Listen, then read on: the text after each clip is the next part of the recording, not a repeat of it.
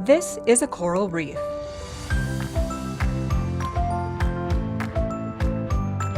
You see pillar corals up over here, you see boulder corals over here, you see sea fans flapping in the breeze, and you see the reef slope of just all of these different shapes and forms.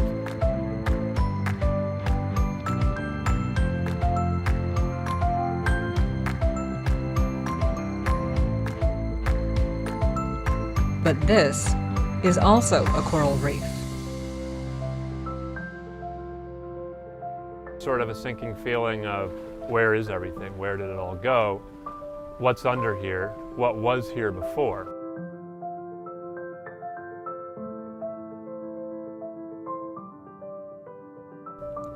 In too many places, this is now the norm. Coral reefs around the world have been badly damaged in recent decades by overfishing, disease, invasive species, and pollution from fast-paced coastal development. But a comprehensive international report released last year, focused on the Caribbean, offers a guardedly optimistic path to recovery. Marine conservation groups are working with citizens and politicians on the ground and in the blue waters around the Caribbean to see that this roadmap becomes a reality.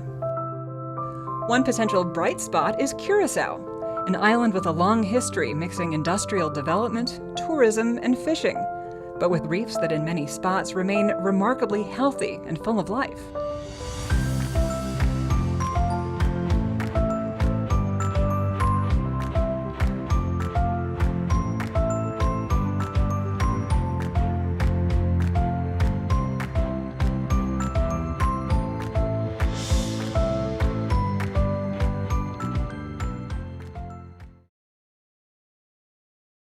So coral reefs are incredibly important ecosystems in the ocean because they're effectively the rainforests of the sea.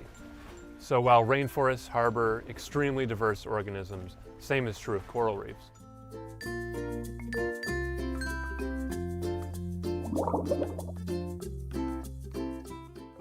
A coral is an organism that has evolved to utilize scarce resources in the marine environment. The stony corals like to live in tropical oceans where there's very little sediment and there's a lot of sunlight. And the sunlight's important because 250 million years ago plus, corals decided to have a good working relationship with plants.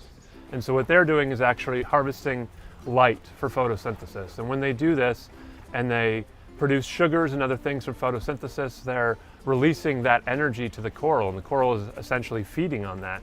So even though it's an animal, it's kind of acting like a plant because it has these photosynthesizers inside it that's releasing all this energy to it. I look at corals as an amazing result of evolutionary relatedness and symbiosis and getting along with each other.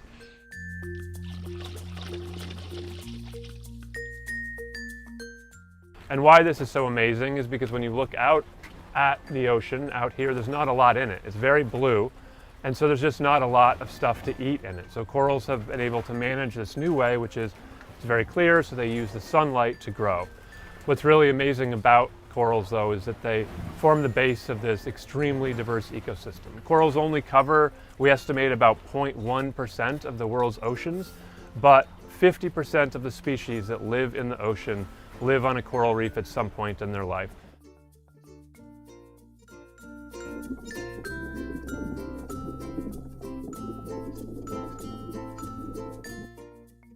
And then in terms of the health of the world's oceans, the vast majority of fish that live in the oceans, they have a larval stage that actually come into coral reefs. And the coral reef entity is a nursery. It's a breeding ground for a lot of these open water fish. For 60 years, the Carmabi Research Station has been advancing understanding of Curaçao's reef resource. So the way to think about coral reefs as being important, I mean, a lot of people think that they're slimy stones. And then, okay, how does it affect us? People only care if coral reefs are sort of making their lives better somehow. Well, and that's true. And then the easiest way to measure that is in terms of money. So how do corals make money for people? Well, fisheries depend on coral reefs being there. Corals build the city that fish live in. No corals, no fish, no fisheries. Tourism is another one. There's a lot of people that fly all over the world to come places like this to see coral reefs, and they spend money here, you make money again. So that's how coral reefs directly make you money? Coral reefs create these barriers around islands. And so as we have storm surge and other things, reef flats and coral reef ecosystem, that's Mother Nature's way of dampening out major wave action and destruction to coastal areas. So there's a major physical presence of reefs that are so important.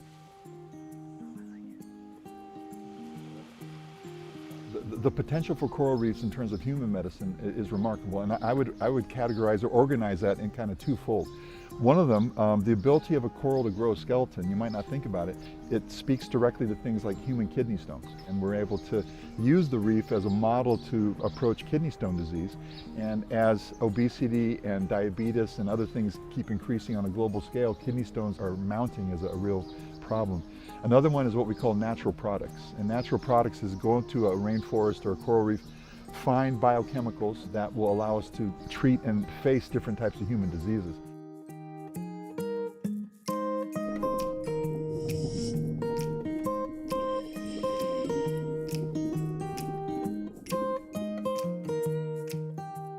I think Curaçao's been really lucky so far. Curaçao has some of the healthiest reefs in the Caribbean. And that's not because of marine reserves, that's not because of strong pollution controls, it's not because coastal development hasn't happened. The island is shaped like a plane wing. So basically what happens, like a lot of islands where stuff, pollution, sewage, chemicals go in the water, what happens is that there's wakes behind the island. So everything that goes in the water is basically washed away right away.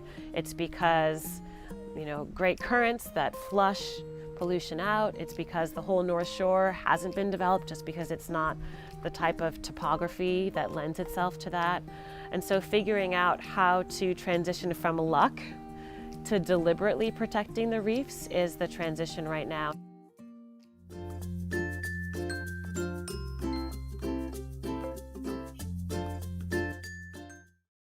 The reason why parrotfish, or any herbivore for that matter, are so special is because of this eternal battle that takes place on coral reefs. So on one side you have the corals, on the other hand you have the algae. Algae can grow way faster. So in that sense, like, corals need a little bit of help to prevent that these algae sort of overgrow, and that's herbivores.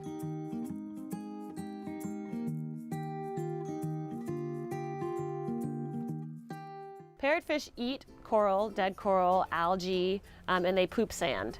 It's pretty amazing. So I think, I'm forgetting the exact figures, but parrotfish can create a ton of sand a year, a single parrotfish.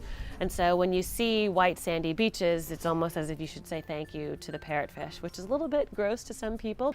People on Curaçao never really ate parrotfish that much. It was not on the menu as it was in many other places, so they were lucky in that sense. I think it's amazing just to think about how big a role that they play in the ecosystem as far as keeping the reefs clean of algae and creating these sandy beaches that we can all enjoy. So making sure that we preserve, conserve, protect the key herbivores that are maintaining that balance between coral and algae is critical, and parrotfish are the #1 in that regard.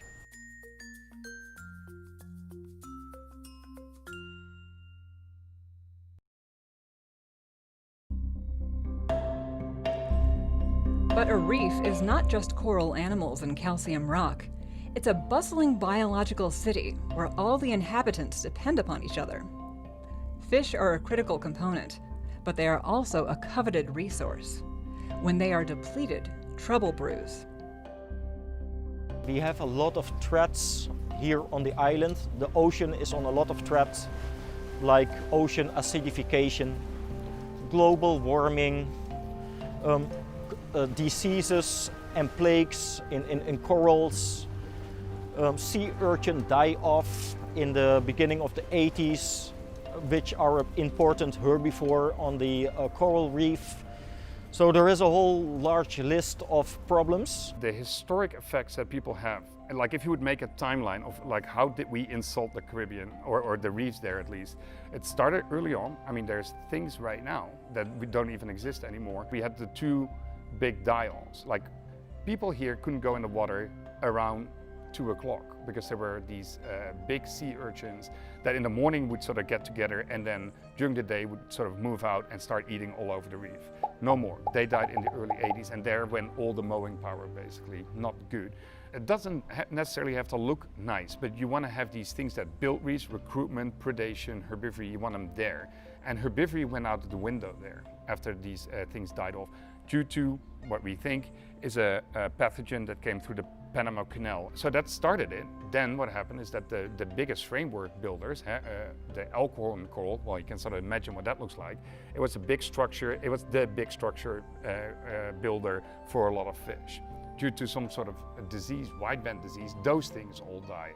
And there went structure and there went herbivory for Caribbean reefs in the span of like 5 years. And you sort of see, yes, there are some sort of places that are lucky, but the majority of the Caribbean, they couldn't deal with it, and it basically all collapsed.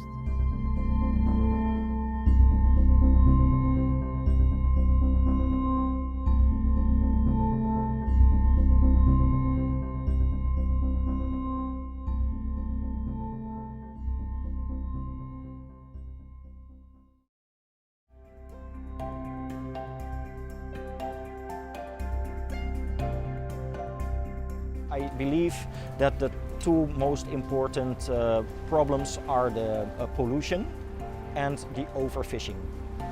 As a small island development state, we cannot stop global warming, but we can do something to deal with the pollution and to make our fishery sector more sustainable. Like the corals, fish in the Caribbean have faced a host of threats, from heavy fishing to spreading coastal construction. Curaçao, when I first started coming here, was thinking about new fisheries regulations. And one of the things they were considering was if there was a way to manage fish traps so that they'd be more sustainable, because fish traps, everything swims in and then everything gets caught. It's not necessarily what fishermen are targeting. So it's not a very selective method of fishing. There's a lot of waste associated with it, a lot of bycatch. And so one of the questions was whether putting a vertical rectangular slot in the side would let the juvenile fish, the ornamental fish, escape without hurting fishermen's incomes.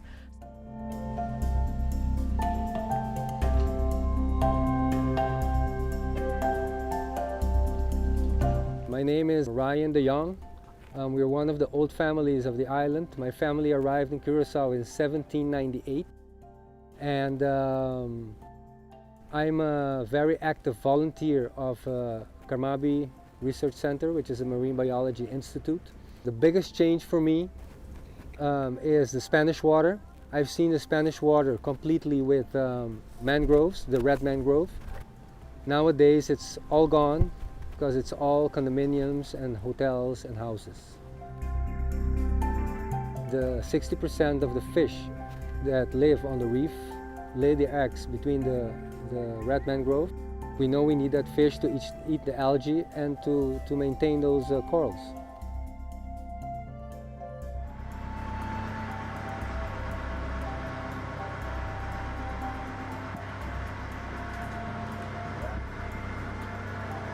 You see this point over here? In the past, when I was a small boy, it was all nice elkhorn corals. Now it's all flat. We have a lot of wastewater which is polluting our shores, and you know we depend on tourism and people don't want to swim in polluted water. We're seeing a dumping of sewage water. So the positive thing is that Curaçao has a sewage system, but regretfully it is not working optimally because it has some issues. Mostly has to do with maintenance of the pumps. When rainfall increases, you have the runoff, especially if there's agriculture. It brings nitrates and phosphates into the water. The algae blooms, and no matter what they do biochemically, they can't keep up with it. And indeed, the parrotfish and the sea urchins go around and graze off some of that, but they can't even get all that off either. So that's a pretty hot issue, and I think they really have to put quick attention to that. Otherwise, the economy can get in trouble. So it's not that easy, but I think the awareness is coming. Given that there are a number of things that we can't control in these situations, say it be pathogens coming in and causing diseases, climate change, which I would at least argue is Curaçao is not able to do all that much as a small island nation about climate change. But I think what you do is manage what you can. And so to do that, we can think about what we broadly term local impacts, right? So we think about local impacts as things like pollution runoff or sewage going off into the water or overharvesting of fish, in particular herbivores that eat algae that are competing with corals down on the reef. Time and time again, there have been studies coming out that show that if you can reduce some of these local impacts, these things like pollution or overfishing, that coral reef ecosystems are tougher when they do have to experience things like disease or elevated temperatures, or that they bounce back quicker. In the meantime, a Sea Corps Foundation biologist is researching how to grow corals in tanks and transport them to reefs. I have this really special one here. This is a brain coral. You see already it's starting to make the shapes of those grooves that you see that are so typical of those brain corals.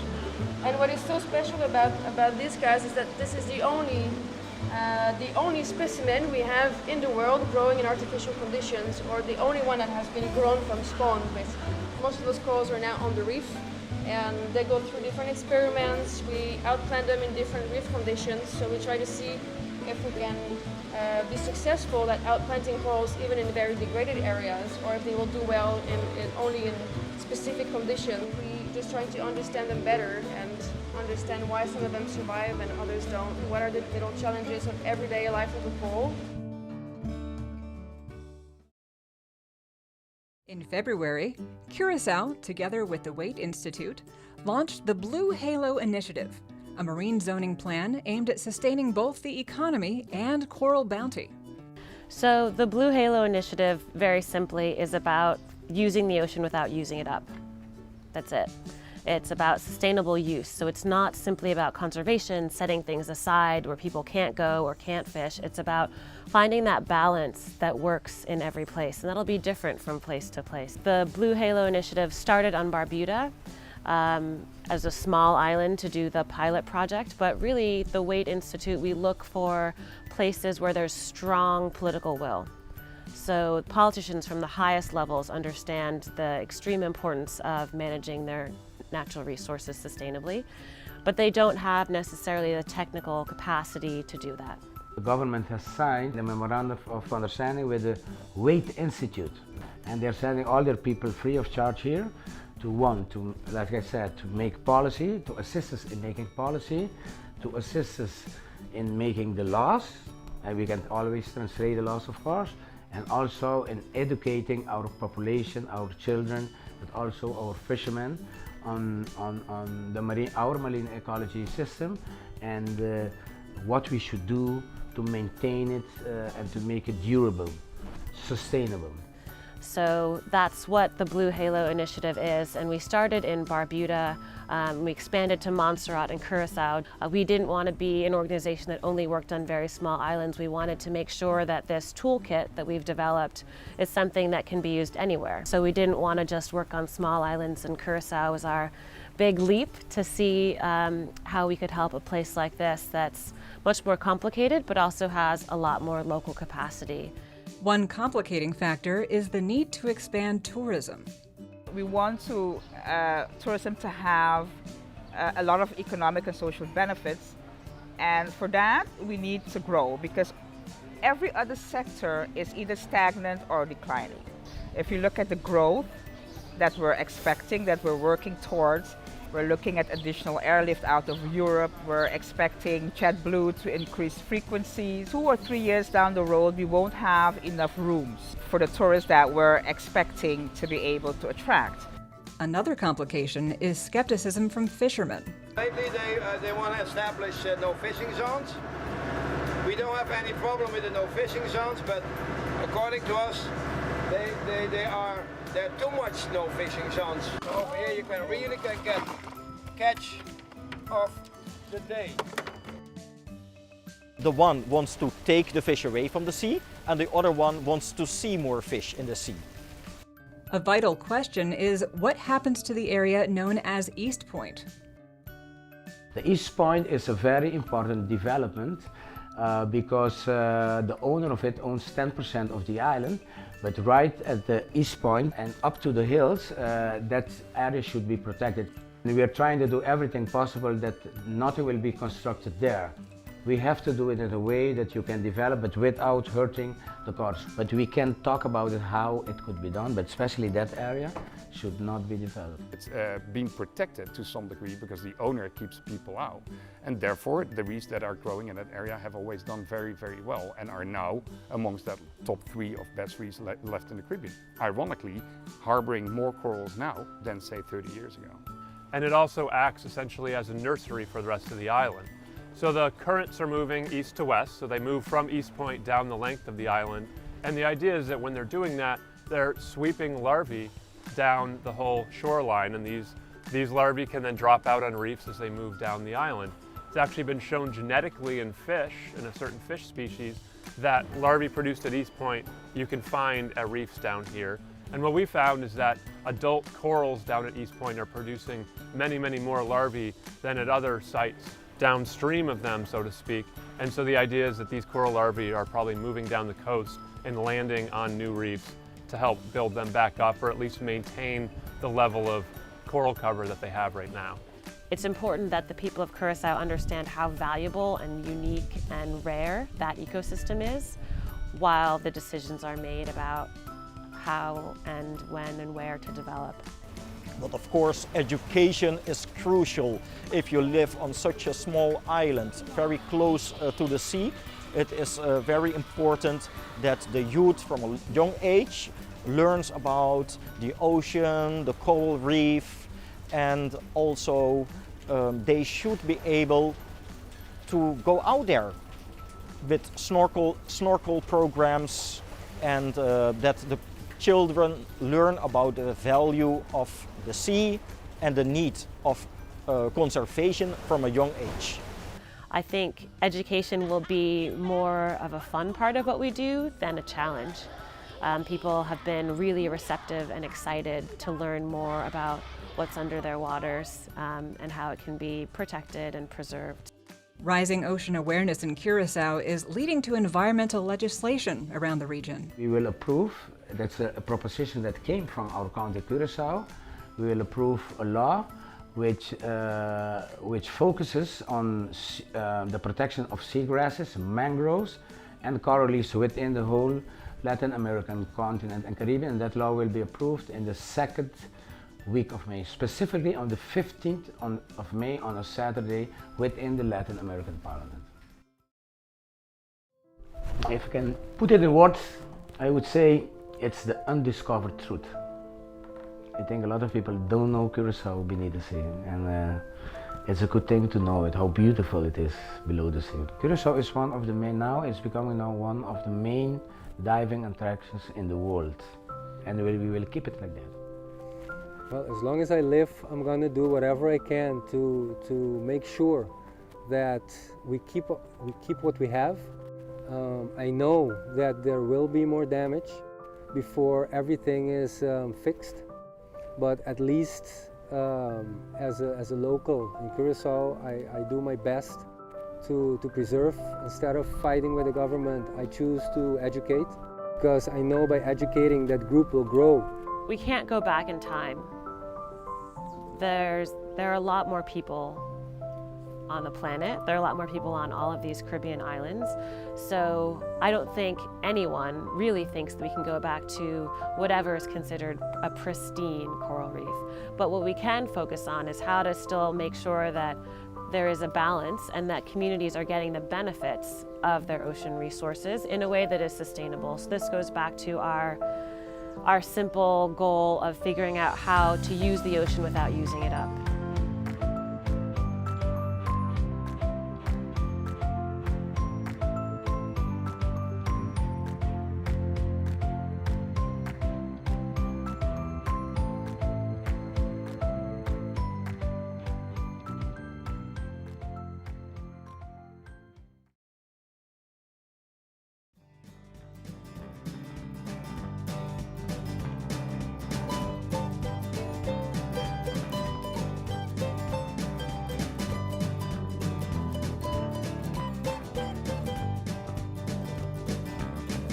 Anybody else? Luskay, it's good. All there. All right, all right.